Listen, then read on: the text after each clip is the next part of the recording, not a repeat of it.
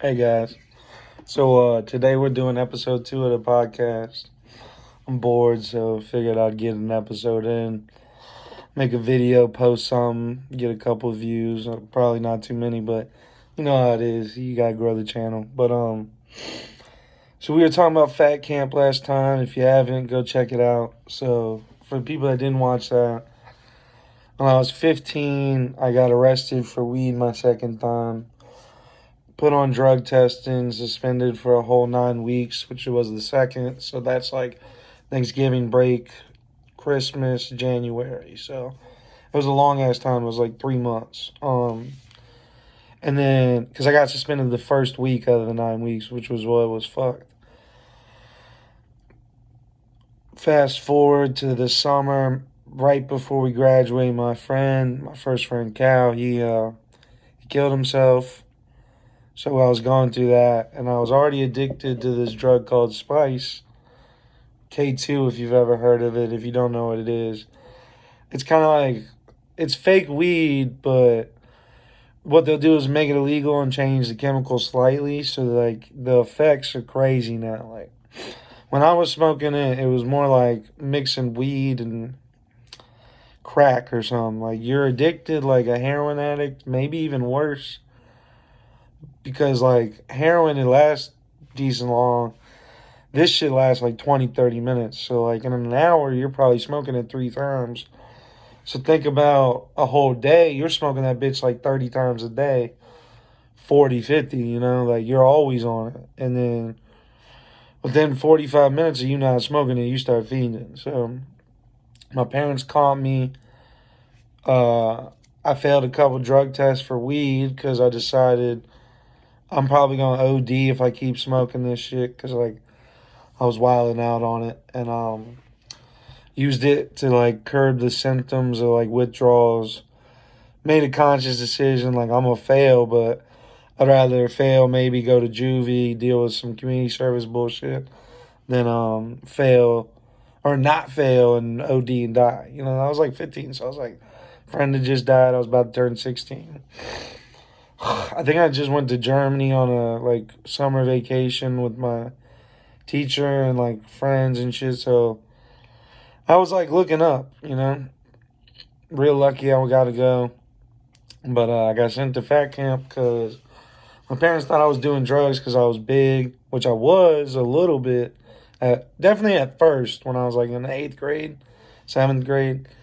But at this point in 10th grade, I'm just a drug addict. Like I'm so addicted. I'm selling shit, stealing shit, stealing money out of my mom and dad's wallet. Like I was just a bad person at this point, and so I didn't know how to tell them I was just a drug addict. When they said that shit, I was like, yeah, that's what it is. I'm fat. I feel bad because I'm fat, so I'm doing drugs. And so they send me. I already told the first story. Now this is a negative one. The second one, that sounded weird. But I'm gonna tell you about one of the people there. And like kind of describe the dynamics, and it's pretty funny. So now we had the evilest, like when I say evil, the evilest little girl that was going to this camp. So a lot of these kids, it was a weird dynamic. So some of the kids, most of them, like their parents really cared and they were big, so they were getting bullied and picked on or something and felt insecure. So their parents sent them, kind of like me. Then there were the other kids. There were like 2 or 3 of them because there's only like the first 4 weeks there was like 10 kids. Then the last 2 weeks it was only like 5 or something. But I can't say her name. I don't want to get in trouble, but I'll say her name was Jessica. Uh or Robin, fuck it. But so Robin, she was 11 and everybody else was 15 and up. So like there's a huge age gap right there. So you think 11, you're expecting this girl to be like innocent. Well, no. She was worse than I was at 15. She's 11. And like, she clearly had some family bullshit going on. But she was like she had the energy, like Kurt Cobain, how he had like that, like, ugh, like, what, bro, like that, very like, he had the heroin attitude. She had just the I'm a bitch attitude. But then, in order to like prove she wasn't just a little kid, she was acting wild. So like talking about hooking up with people and shit, and we're like, gross. Um, at one point, she was trying to flirt with one of the dudes. I was like 16. It's like, nah, dude. It was just a bunch of weird shit. But so there was this trainer. Um, his name was Nick. Real cool dude. But he was fucking working the shit out of our fat asses, dude. Like, he had no sympathy in the sense of like, oh, you're fat, so you get it slack off. It was like the opposite. It was like, you're fat, you gotta go harder. And I wasn't used to that. I was used to going at my own pace, but like, dude, his dad's military, so he was like drill sergeant. And dude, honestly, it's probably fun as hell for him. Like, being super fit and all this shit's easy, and just watching these fat kids struggle, like flopping and flapping everywhere, But was a real cool dude, right? But so how the days would start is, I think it was 7:30 or 8, I can't remember. No, it was 7:30. You're up and you're in the living room, which like it was like a house. And there were like different rooms with 3 beds each. So like there was one wing that was the male wing, one wing that was the female wing, and it was 2012, 2013, so there wasn't no like trans wing or whatever the fuck. Like there wasn't no weirdo wing. It was just normal. So if you're late, you gotta do more push-ups, or like you might have to do an extra workout. You might have to do like extra laps. And I'm not talking like, oh, you slept in 30 minutes. I'm talking like you're 30 seconds late. It's pretty fucked. But so we was always on point and getting out there, and then I think it was like 7:45 to 8:15 or something. It was 30 minutes. I remember that. We'd go doing laps, doing burpees it was like a black top with a barn. And the barn was like a CrossFit room. Then they had basketball court on the blacktop, so it was like you would play ball sometimes. It was like up in the air, but it was mainly running. You do like laps to like warm up, and then you would chill, go eat breakfast. I think it was. No, no, no. It was that. Then you go and do a real workout. So the workout was like an hour, I think. So it's like an hour and a half. Then the first 2 hours you been up, you're doing an hour and a half. After you do that, and like the morning workout was typically slight, but there was a couple of times it'd kick your ass. Then you go have breakfast, which would be like, I don't even remember, dude. But all I remember about back then, they were real, like the portions were good. It was amazing food, but they'd give you slight portions because you're trying to lose weight. If like you're hungry, the option is salad. So like infinite salad, and I don't eat my salad with dressing, so it's easy for me to eat. But people there, like you only get 2 dressings. I think it was like the little cups you get for ketchup at like Five Guys and stuff. So like most people don't eat 2 salads. They let you put infinite hot sauce, so I put hot sauce on salad, which sounds crazy. But when you're eating like, I don't know, dude, when you're fat and then you get hit with portion control, and then they're like intentionally kind of shorten you so you have to eat salad, and then you start eating like 3 salads a day. After like a week, 2 weeks, 3 weeks, oh, and like only water and milk. There was no other drink. So you go from drinking like sodas, eating candy, eating ho ho, like you're fat, so you're eating, to eating like nothing.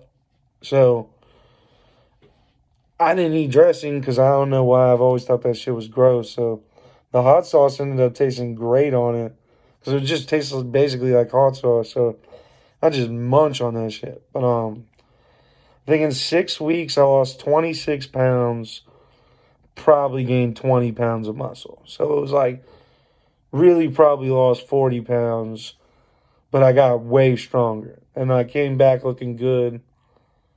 But oh sorry, I got off track, man. But back to this Robin or whatever I named her. She just was an evil little bitch, dude. And she was always like cussing people out. And you gotta think she's 11, so we're like 15. Some of them are 17, so they're about to be 18. And like this fucking Marilyn Manson or Charles Manson 11-year-old is out here tripping. And so one time we got hit with some shit. It was a competition. It was like there were like certain days a week where it was a real hard day, and this was one of them. And it would be like 10 workouts in a row, and how it started is like you do the first workout you do 10 of them, and then the second workout you do 9 of them, the third workout you do 8 of them. That's how it normally went. Well, this day we had pissed them off or something. So instead of that, it was first one, you do 10 of them, 9 of them, 8 of them, 7 of them, 6 of them, 5 of them, 4 of them, 3 of them, 2 of them, 1. The next set, you do 9 of them, 8 of them, 7, 6, 5, 4, 3, 2, 1. And then it just kept going till you were dead. But then that wasn't it. So then after like the competition was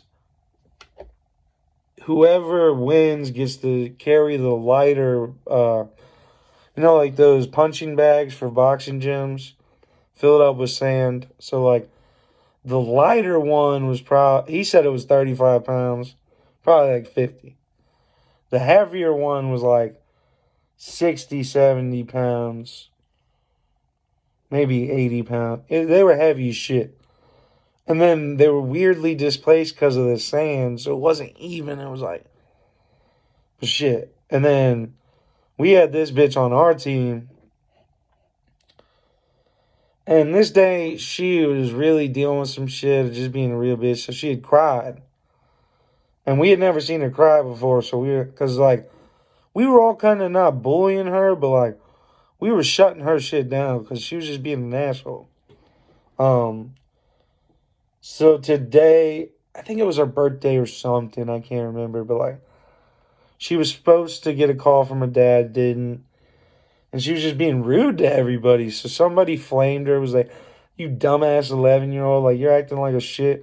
I'll beat you up. Or something. It was something like that. And it was like one of the hothead other girls that was like 16, 17.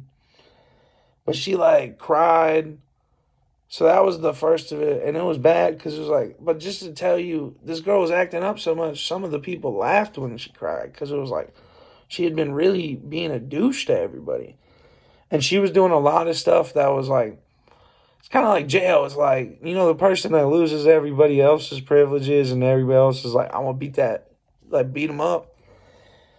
It wasn't like that at first, but it got to that point because she kept stepping to people like, yo, I'll fight you. And then we'd be like, we're not going to fight you. You're 11. And it kept up like that. But, so we do the challenge and our team wins by the skin of our teeth because she was the like closer because it was like 1, 1, 1. It wasn't all everybody at once.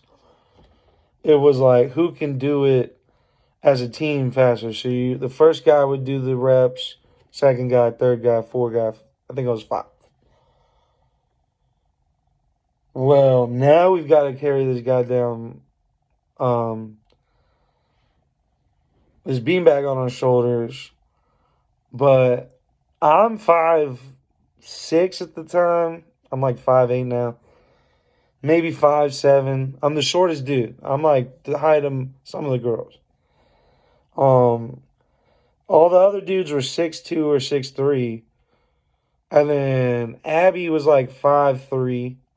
And then the other girl was like my height, like maybe a little taller, like 5'8". So it's slanted. That's the first thing. And she's the shortest, so all the sand's on her end. And what we had to do was like, if the barn's right here, we had to go out of it, go behind it, go like a football field's width down, and then loop around the lake and come back. Because there was a little like pond. Not a lake, it was a pond, my bad. But same shit. And let's say it was a quarter mile, a little less. Like, probably would have been the equivalent of like a track, like out of high school. Probably doing a lap and a half to 2 laps. But this is after you just did a really hard workout and you're carrying like 50 pounds. So you have to like stop at certain points and like chill for a second. But and you had to carry it above your shoulder. So it wasn't like just carrying it. It was like, ooh. And everybody's cussing each other out. Like, yo, lift harder, you fuck. Like, because we're trying to win. Because I think the team that won got like an Oreo or some fat shit. But it was like, we hadn't had chocolate in weeks. So that was like offering us heroin, you know? But get it like halfway through, she drops her in. And that gets 10 seconds added to our time. And the other girl just starts screaming in her face.